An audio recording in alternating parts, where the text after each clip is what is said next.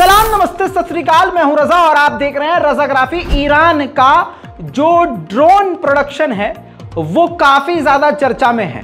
Iran के drones इस वक्त विदेशों में खरीदने की जो है ललक है बढ़ रही है, दूसरे देश खरीदना भी चाह रहे हैं। वहीं आपको बता दूं कि रूस ईरान के ड्रोन शहीद ड्रोन का काफी ज्यादा इस्तेमाल कर रहा है। ऐसे में मेरे दोस्तों, रशिया के अंदर तो सीधा ड्रोन प्रोडक्शन नहीं कर सकता ईरान, तो ऐसे में खबर यह है कि बेलारूस के अंदर अपनी ड्रोन की फैक्ट्री शिफ्ट करने की ताक में ईरान है। ये बात मैं नहीं कह रहा हूं, ये देखिए यूक्रेन के कमांडर ने इस बात को कहा है। और यूक्रेन के कमांडर अगर कोई बात कह रहे हैं तो जाहिर सी बात है इंटेलिजेंस पर ही ये बात कह रहे होंगे। Наші спеціалісти, там поліція та інші сили оборони, і будуть вже виявлено дати маркування виробництва цих запчастин, з яких складаються ці саме дрони. Ну, якщо запускають, то простою мовою, якщо вони запускають, значить вони в них є. Так? Якщо є, значить отримали.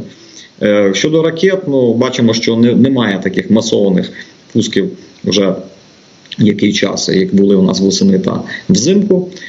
Ворог прекрасно розуміє, що з такими темпами за місяць нічого не залишиться. Тому вони дозовано це роблять і उधर दोस्तों, ब्रिटेन एक बार फिर से रूस के खिलाफ बड़ा कदम उठा रहा है। ब्रिटेन तैयारी कर रहा है लॉन्ग रेंज की मिसाइलें यूक्रेन को देने के लिए। अब इन खबरों को एक तरफ रखिए, अब एक बड़ी खबर सबसे जो बड़ी है आपके लिए वो सुनिए। जिस परेड की तैयारी पिछले कई हफ्ते से कर रहा था रशिया, वो परेड आपकी स्क्रीन पर है। आखिरकार रशिया ने वो परेड किया जिसके अंदर कई तरह के हथियार दिखाए, सोवियत संघ का झंडा दिखाया, अपने नए और ख़तरनाक टैंक दिखाए, और तो और इसमें 10,000 रूस के सैनिकों ने हिस्सा लिया। इसमें ख़तरनाक हथियारों को, टैंकों को और तमाम हथियारों को दिखाने की कोशिश की। और पुतिन ने यूक्रेन के नेताओं को कहा कि वो नाजी हैं, और व्लादिमीर पुतिन बोले कि पश्चिमी देश हमें तबाह करना चाहते हैं लेकिन रशिया अपनी सुरक्षा करेगा। इन तस्वीरों में आप रूस की ताकत देख रहे हैं और रशिया बार बार इस बात को कह रहा है कि वो हार नहीं मानेगा। उन्होंने कहा, यानी व्लादिमीर पुतिन ने कहा कि नाजियों की हार को 78 साल बाद एक बार फिर से रूस और पूरी दुनिया पर खतरा मंडरा रहा है और रूस के खिलाफ असली युद्ध की शुरुआत हो चुकी है। साथ में पुतिन ने यह भी कहा कि यूक्रेन के लीडर्स दुनिया के लिए नाजी हैं। यूक्रेन जंग के वैश्विक समुदाय को एक ब्रेकिंग पॉइंट पर ला चुका है। रूस भविष्य में शांति स्थापित करना चाहता है लेकिन पश्चिमी देश ऐसा नहीं चाहते। वो लगातार लोगों में नफरत और रशिया फोबिया यानी रूस के खिलाफ डर जैसी भावनाओं को पैदा और बढ़ावा दे रहे हैं। वो सिर्फ हमारे देश को बर्बाद करना चाहते हैं। यूक्रेनी नागरिक पश्चिमी देशों के बुरे मंसूबे के गुलाम बन चुके हैं। इन तमाम जानकारियों के साथ आप जो तस्वीर देख रहे हैं में समझ लीजिए कि इस प्रोग्राम में शामिल होने के लिए जो विक्ट्री परेड दिखा रहा है रशिया आपको, इसमें Kazakhstan, Kyrgyzstan, Armenia, Uzbekistan, Tajikistan, Belarus के लीडर्स पुतिन के साथ नजर आ रहे हैं। दोस्तों, मिलिट्री परेड की कुछ झलकें तो दिखा दी हैं लेकिन कुछ खास झलकें आपको देखनी चाहिए।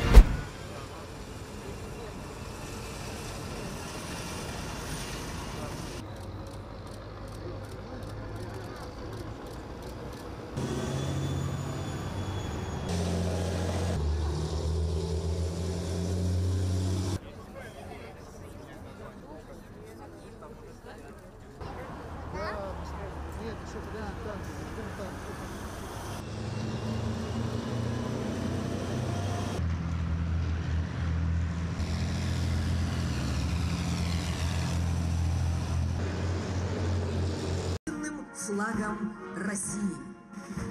В 1993 году указом президента России В составе колонны газогенераторы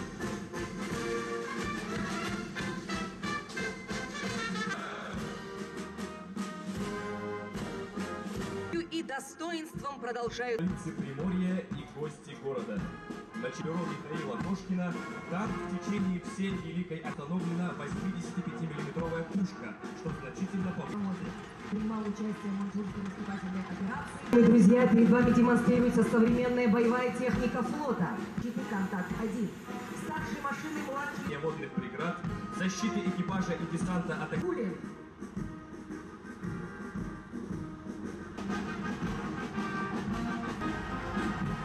Продолжают парад современные радиолокационные радары, навигационное оборудование, приборы ночного видения.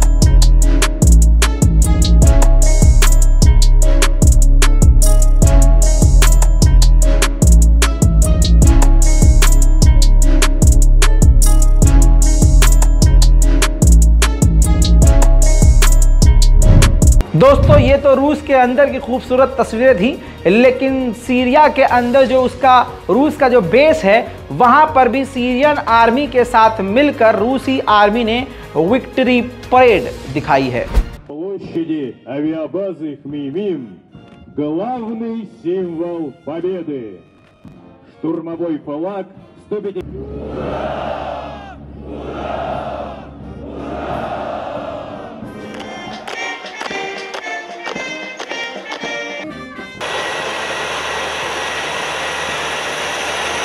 Мимо трибун проходит ракетный комплекс «Искандер» и их эффективное применение в различных видах боевых действий. Часть Приближается пара легендарных сверхзвуковых фронтовых бомбардировщиков Су-24М. Подразделений от ударов с воздуха. Диапазон высот маневрирования от 200 до 1500 метров. ये सीरिया का रूप आपने देखा, सीरिया के अंदर भी उसने विक्ट्री परेड बनाया है। अब विक्ट्री परेड नागोर्नो काराबाग यानी आर्मीनिया अजरबैजान के बॉर्डर पर भी रूस ने मनाई है।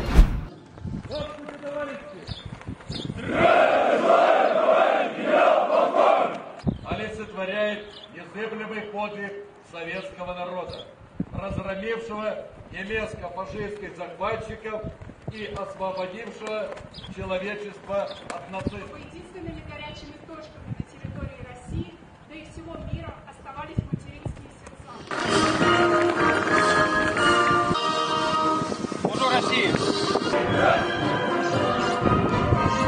Российского миротворческого контингента в любой точке земного шара, где бы ни находились наследники победителей. Второго мотострелкового батальона командует парадным расчетом командир батальона। उधर अमेरिका ने यूक्रेन को सीधा सीधा कह दिया है और बल्कि दुनिया को कह दिया है कि भाई साहब यूक्रेन के पास तमाम वो चीज़ें हैं जिसके ज़रिए यानी तमाम वो हथियार हैं जिसके ज़रिए अपनी हारी हुई ज़मीन को रूस से वापस हासिल कर सकता है यूक्रेन। इन तमाम चीज़ों को बोलने के बाद अमेरिका ने $1.2 बिलियन के और नए हथियार, एम्यूनेशन और एयर डिफेंस सिस्टम देने का फैसला फिर से सुना दिया है यूक्रेन को। वापस चलते हैं विक्ट्री परेड पर। तो मोल्डोवा के अंदर भी रूस के समर्थकों ने विक्ट्री परेड निकाली थी।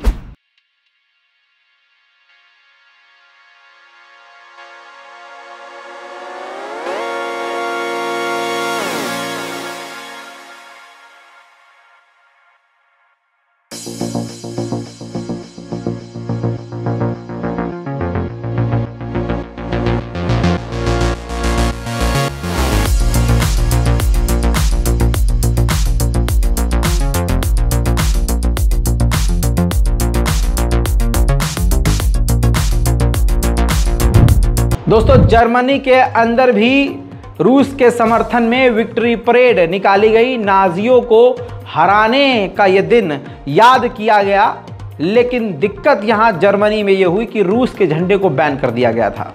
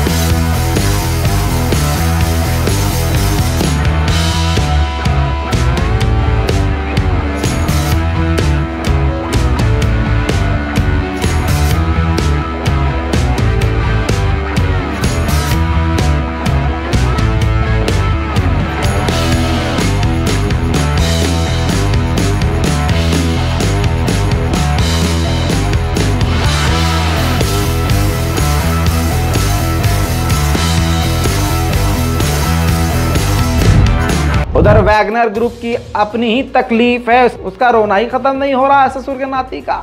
अब वैगनर के हेड ने कहा है कि अगर हम अपनी पोजीशन से पीछे हटे तो हमें हाई कमांड और हमारे सीनियर कमांड ने कहा है कि अगर आप पीछे हटेंगे तो आपको गद्दार घोषित कर दिया जाएगा। तो यानी आगे कुआं और पीछे खाई है। इन तमाम चीज़ों के बाद ये बार बार वैगनर ग्रुप का सीन मुझे भी समझ में नहीं आ रहा। कभी ये लपरझंटस कहते हैं कि हाँ हम जगह से पीछे हट जाएंगे, हमारे लिए हमारे बंदे ज़रूरी हैं, फिर कभी कहते हैं कि यार हमको गद्दार घोषित कर रहे हैं, कभी कहते हैं कि हम पीछे नहीं हटेंगे क्योंकि रूस ने कहा है कि हम आपको भरपूर हथियार देंगे। एक बार फिर से वैगनर ग्रुप के हेड ने भड़कते हुए कहा है किसी भी रूसी सैनिक को हाई कमांडर और लीडरशिप की वजह से, बेवकूफ़ लीडरशिप की वजह से मरना नहीं चाहिए एक भी फौजी को। और हमारे जो फाइटर मारे गए हैं वो इसलिए क्योंकि सिर्फ हमें 10% ही हथियार दिए गए और यूक्रेन की आर्मी खतरनाक बमबारी बैकमत पे कर रही है, हम पर खतरनाक मिसाइल और रॉकेट लॉन्च कर रही है और आगे भविष्य में यही यूक्रेन हम पर बड़ा हमला करने की तैयारी कर रही है। ऐसे में 10% हथियार देकर हमें मौत के मुंह में व्लादिमीर पुतिन की सरकार भेज रही है। उधर दोस्तों फ्रांस ने बड़ा कदम उठा लिया है। फ्रांस ने इसी वैगनर ग्रुप को आतंकवादी संगठन घोषित कर दिया है और तमाम यूरोप से भी फ्रांस ने कहा है कि आप भी इसी तरह से वैगनर ग्रुप को आतंकवादी संगठन घोषित कीजिए। इसके बाद ब्रिटेन भी वैगनर ग्रुप को आतंकवादी संगठन घोषित करने की तैयारी कर रहा है। उधर दोस्तों बेलारूस के जो फाइटर्स थे वो चेचन आर्मी के पास पहुंचे हैं और अपना एक्सपीरियंस शेयर किया है। दोनों यानी चेचन और बेलारूस आर्मी रशिया के साथ है।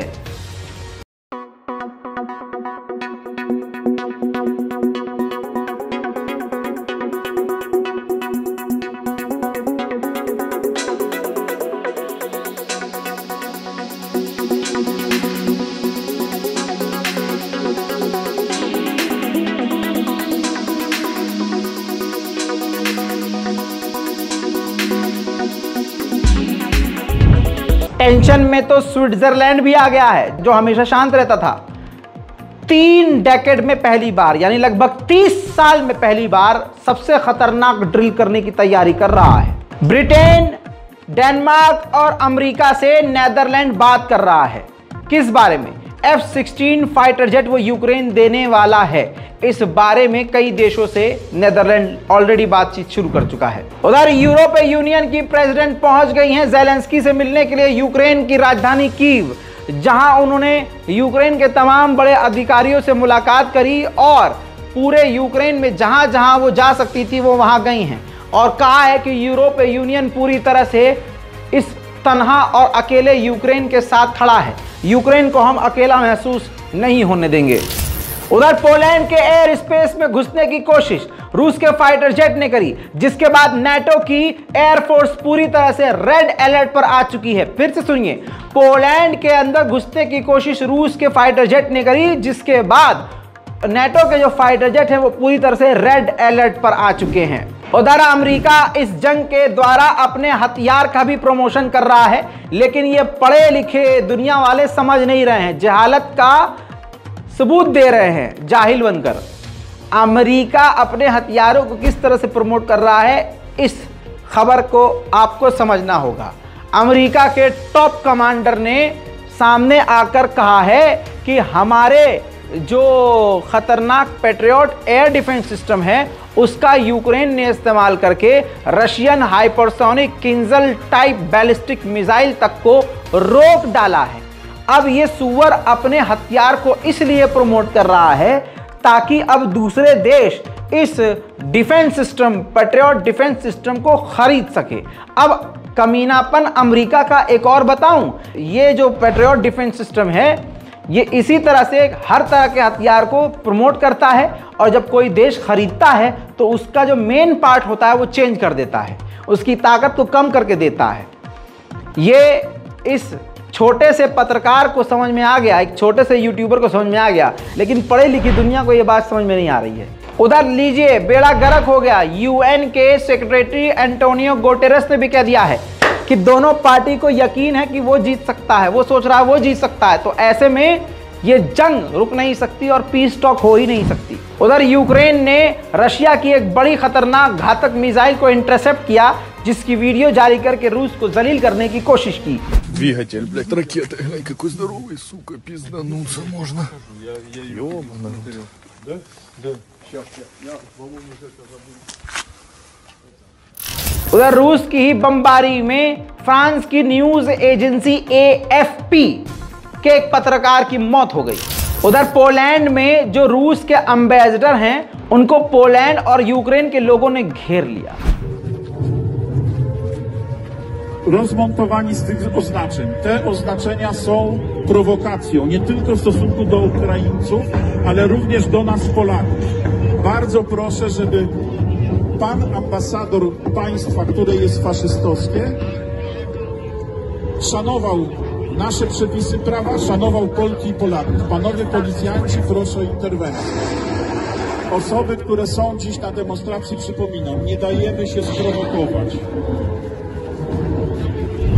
उधर यूक्रेन के डिफेंस मिनिस्टर ने कहा है कि हमने रूस को ऑफर किया है कि हम आपके 3000 सैनिकों की लाश देने के लिए आपको तैयार हैं ताकि आप उनको दफना सकें, लेकिन रशिया लेना ही नहीं चाह रहा है, इनकार कर रहा है क्योंकि वो मानना ही नहीं चाह रहा है कि उसके इतने सारे सैनिक मारे गए हैं। उधर यूक्रेन ने रशियन क्रूज मिसाइल को भी रोका है, इंटरसेप्ट किया है। देखिए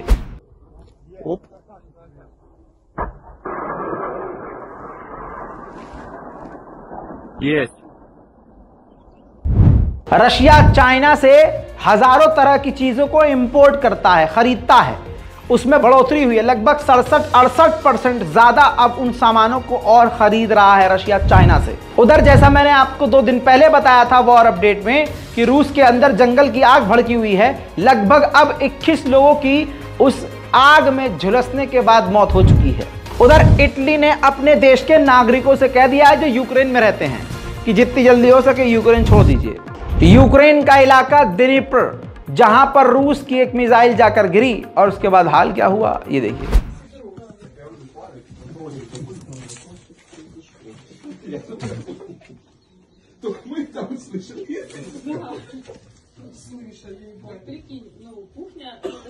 А это получается дырка в 4-ю квартиру?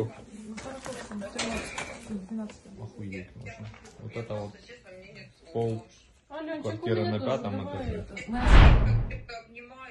रशिया की खुफिया एजेंसी FSB इस मालवेयर का इस्तेमाल करती थी, इस कंपनी का इस्तेमाल करती थी, दूसरे देशों पर नजर रखती थी और सेंसिटिव वेबसाइट और सेंसिटिव डॉक्यूमेंट पर अपनी जो है नजर जमा लेती थी, मतलब पूरी तरह से ऑनलाइन हिला कर रख देती थी।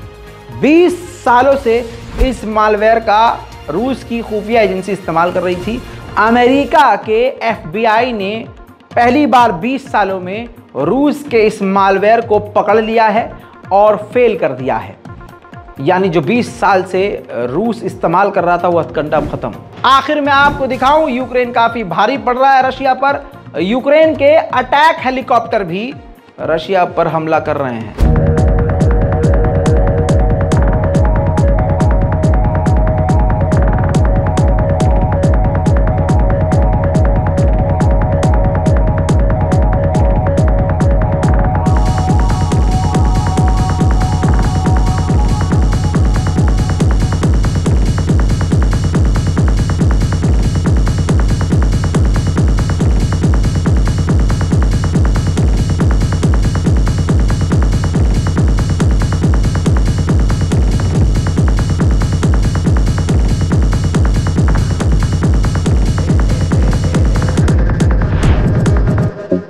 तो दोस्तों इस वॉर अपडेट में आज के लिए इतना ही। इस रिपोर्ट को शेयर कीजिए, दुआओं में याद रखिए, चैनल को सब्सक्राइब कीजिए अगर आपने हमारे चैनल को सब्सक्राइब नहीं किया है।